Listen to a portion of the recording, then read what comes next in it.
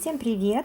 Пока мы в самоизоляции, вот мой муж разрешил мне провести мастер-класс и показать стрижку на нем. Значит так, естественно, помыли нашему клиенту волосы и приступаем к стрижке. Первым делом я подстригаю брови. У моего мужа они такие густые, шикарные, длинные. И когда их, естественно, срезаешь, а он гораздо моложе и симпатичнее. Так что брови обязательно своим клиентам стригите, если они выбиваются, чтобы не были как у Брежнева.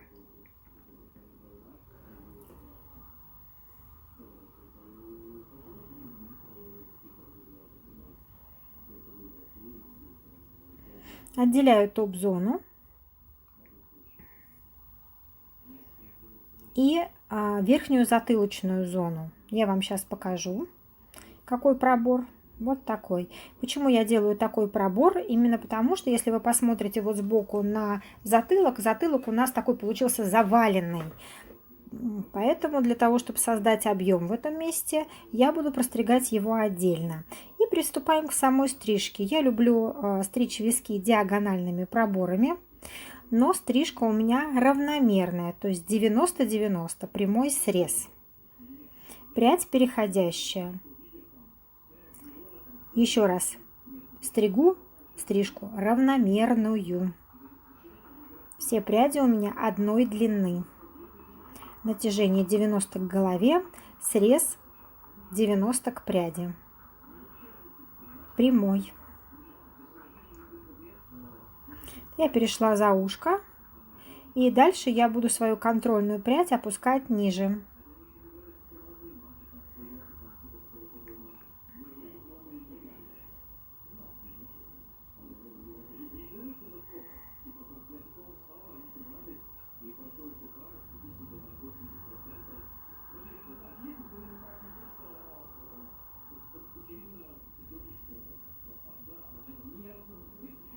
Здесь мы с вами делаем сразу проверку. Стригла, как вы помните, височки я диагональными проборами. Проверку делаю горизонтальными проборами.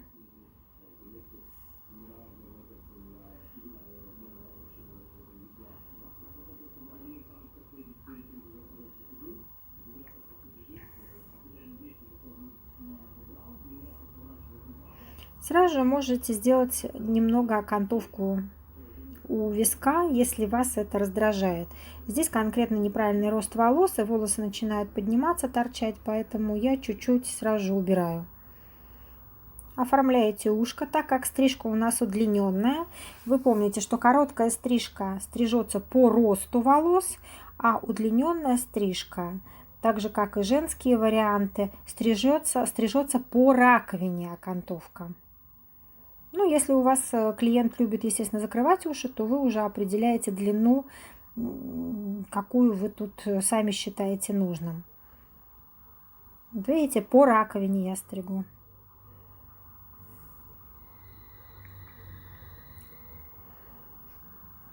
Продолжаете равномерную стрижку. Переходите на среднюю и нижнюю затылочную зону. Также равномерная стрижка продолжается.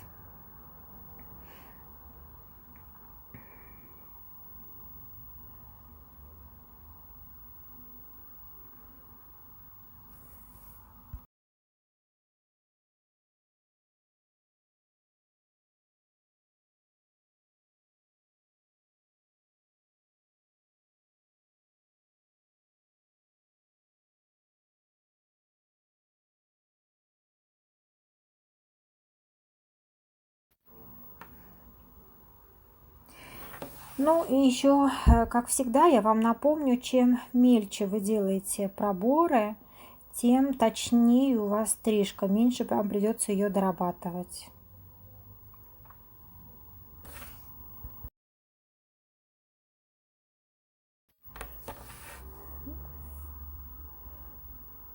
Перешли совсем на затылочную зону. Простригаем ее также. Форма не меняется. Длина у нас по всей зоне, виски и средняя и нижняя затылочная зона одинаковая.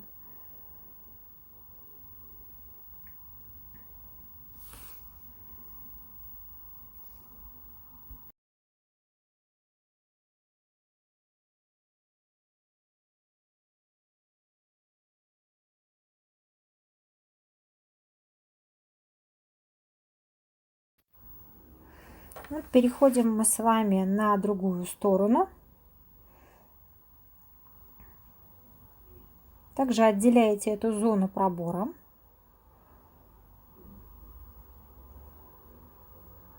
И продолжаем ее стричь.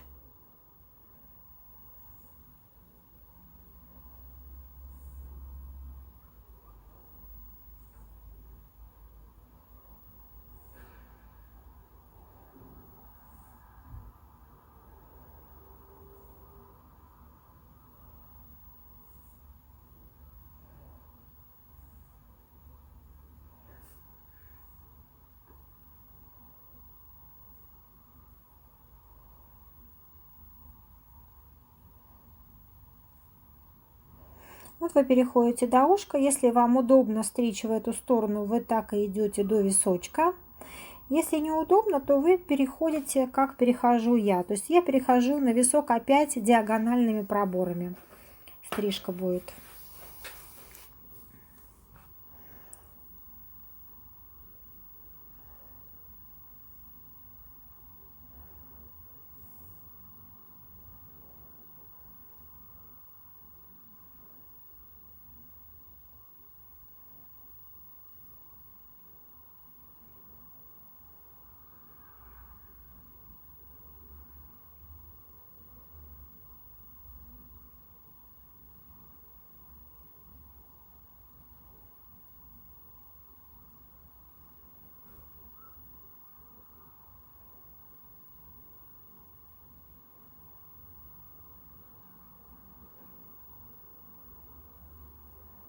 Ну, здесь у меня зоны сошлись.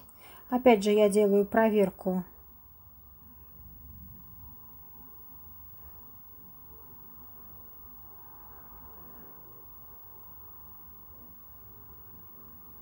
Горизонтальным пробором. Видите, смотрю, видно или не видно. Ну, вроде все видно.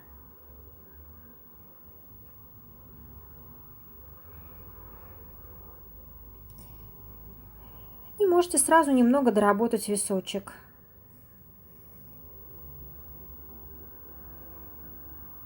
Обязательно делайте форму над ушком.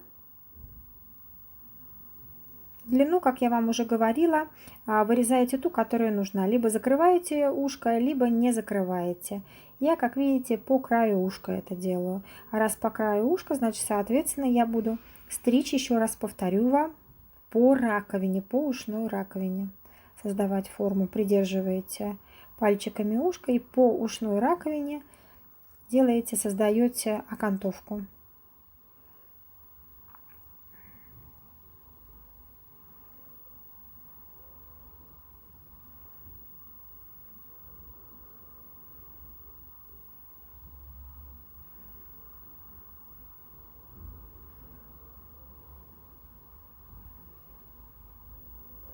Также затылочную зону проверяем, так как вы два виска уже проверили, теперь переходите к затылочной зоне. Также проверка делается у нас с вами горизонтальными проборами. Ну и как видите, я сразу же люблю облегчать. Если вы помните, я стригла больше прямым срезом, чем пойнтингом. Ну а сейчас я подравниваю, делаю проверку методом пойнтинг.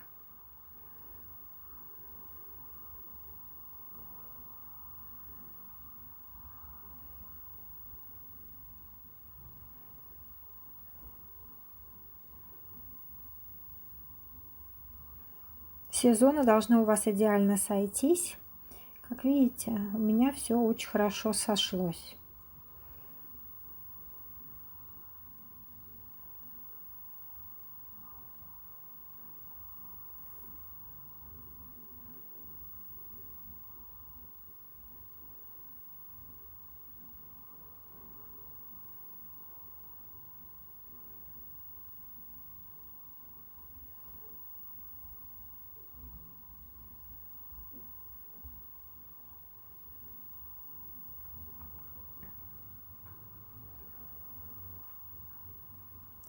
Наметили сразу себе окантовочку. Ну, если хотите. Если не хотите, вы можете ее доработать в конце.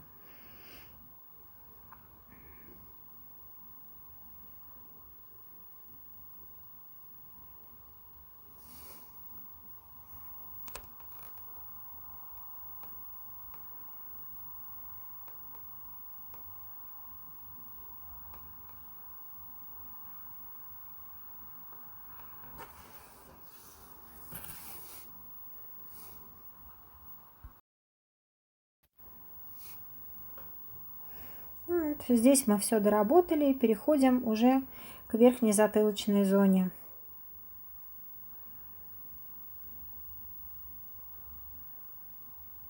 Как вы помните, у нас с вами уже контрольные пряди есть.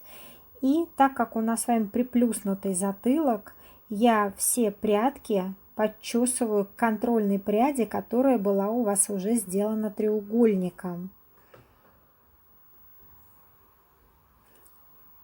Видите, не очень хорошо вам здесь засняла, но вот эта сторона сейчас будет прекрасно видно. Видите, да, там была у меня контрольная прядь, и я подтягиваю сейчас к ней все. От центра подтягиваю.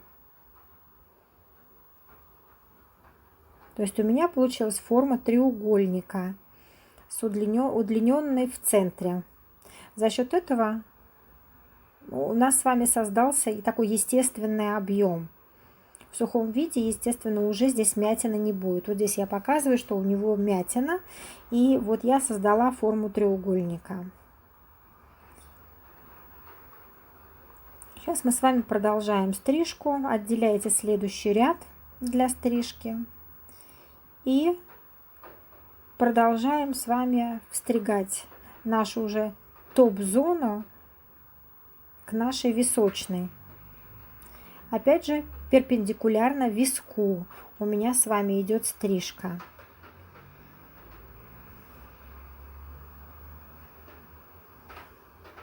Это для того, чтобы создать более удлиненный верх. Натяжение контрольной пряди у меня 90. Переходим на правую сторону и повторяем стрижку. Продолжаем ее. Также натяжение 90, контрольная прядь у вас уже была сделана. Натяжение 90 к виску.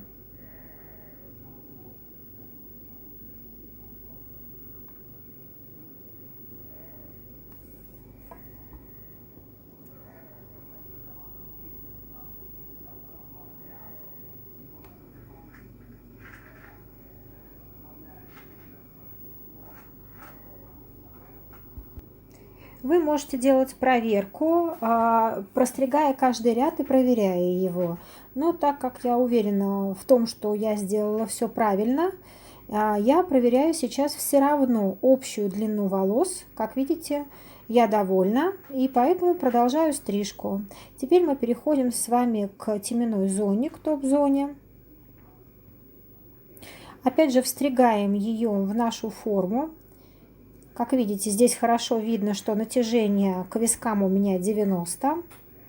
Убираете лишнюю длину.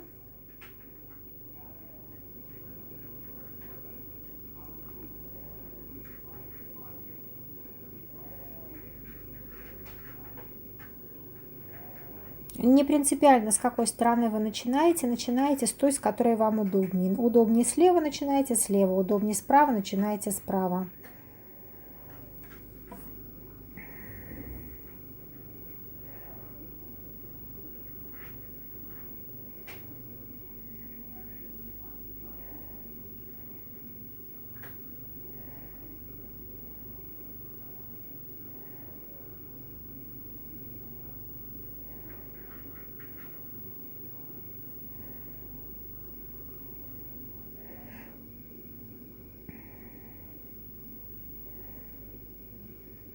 Теперь переходим с вами на топ-зону. И стрижем, опять же, у нас 90-90 равномерная стрижка. Конечно же, длину вы определяете сами.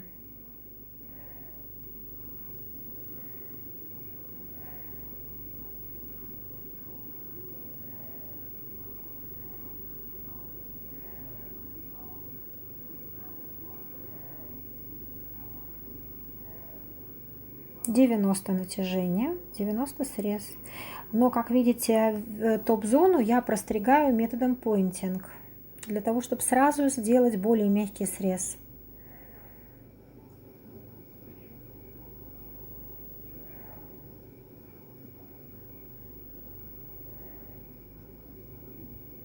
Обязательно делайте потом проверки. Сводите затылочек с топ-зоной тоже.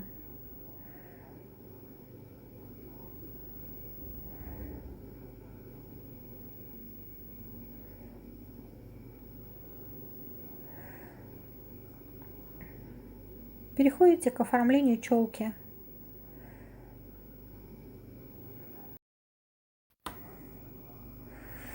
Челку вы также делаете той длины, которая вам нужна. И обязательно сразу же ее стрижете поинтингом, чтобы она у вас имела мягкий срез, мягко рассыпалась.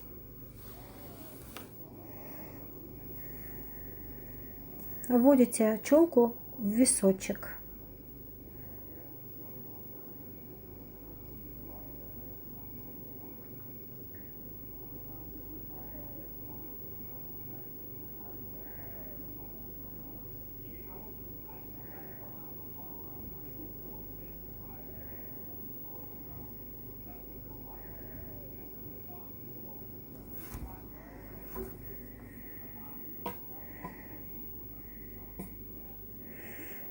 Теперь мы с вами дорабатываем стрижку. Как я вам уже сказала, у меня у мужа височки растут неправильно, они растут назад.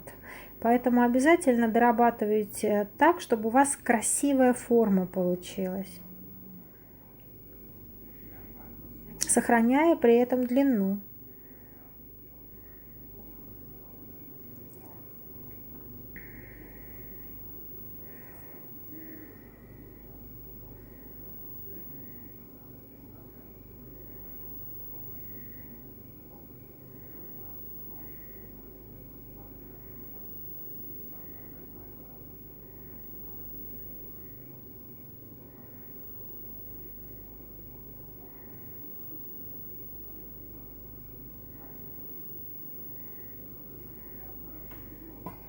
Так как волосы уже немного подсохли и как бы видно, что и где у вас вылезает лишнее, вы можете также подчистить. Я перехожу сейчас на теменную зону и делаю методом Point Cut облегчение. То есть я делаю филировку, я делаю мягкий срез, объемный, пушистый. У меня у мужа волос не очень густой, и это как бы придает дополнительную пышность. Но имейте в виду, метод Point Cut это отличный метод для того, чтобы распушить волос, смягчить его, но не переборщите. Нам не нужно убирать объем.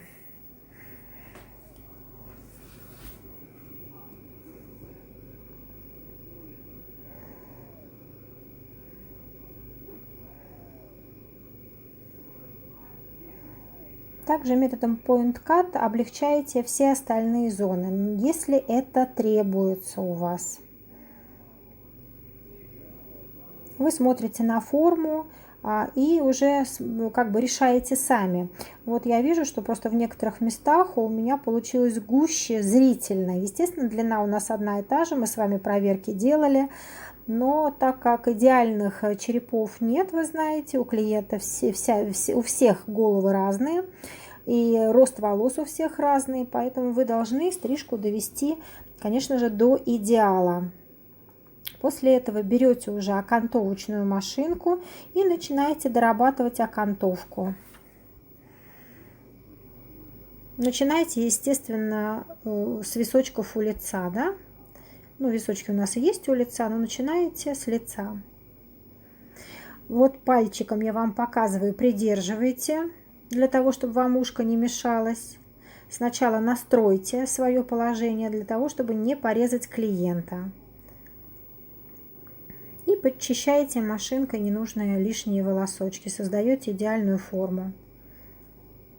Клиент, видите, должен выпрямиться, потому что они уже к концу стрижки сидят все согнутые.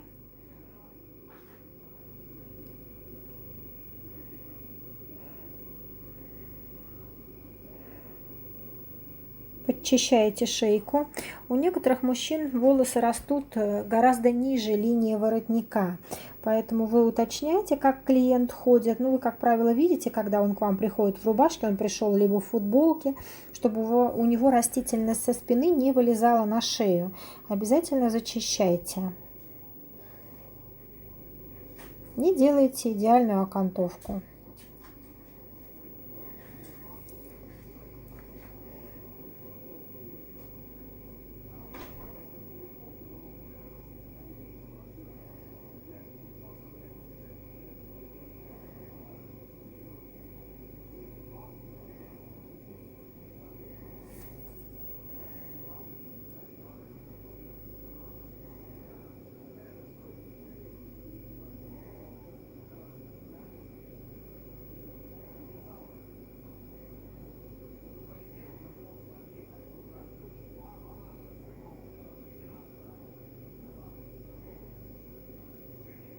Опять же, пальчиком придерживаете ушко и работаете по расческе, потому что у нас с вами удлиненная стрижка.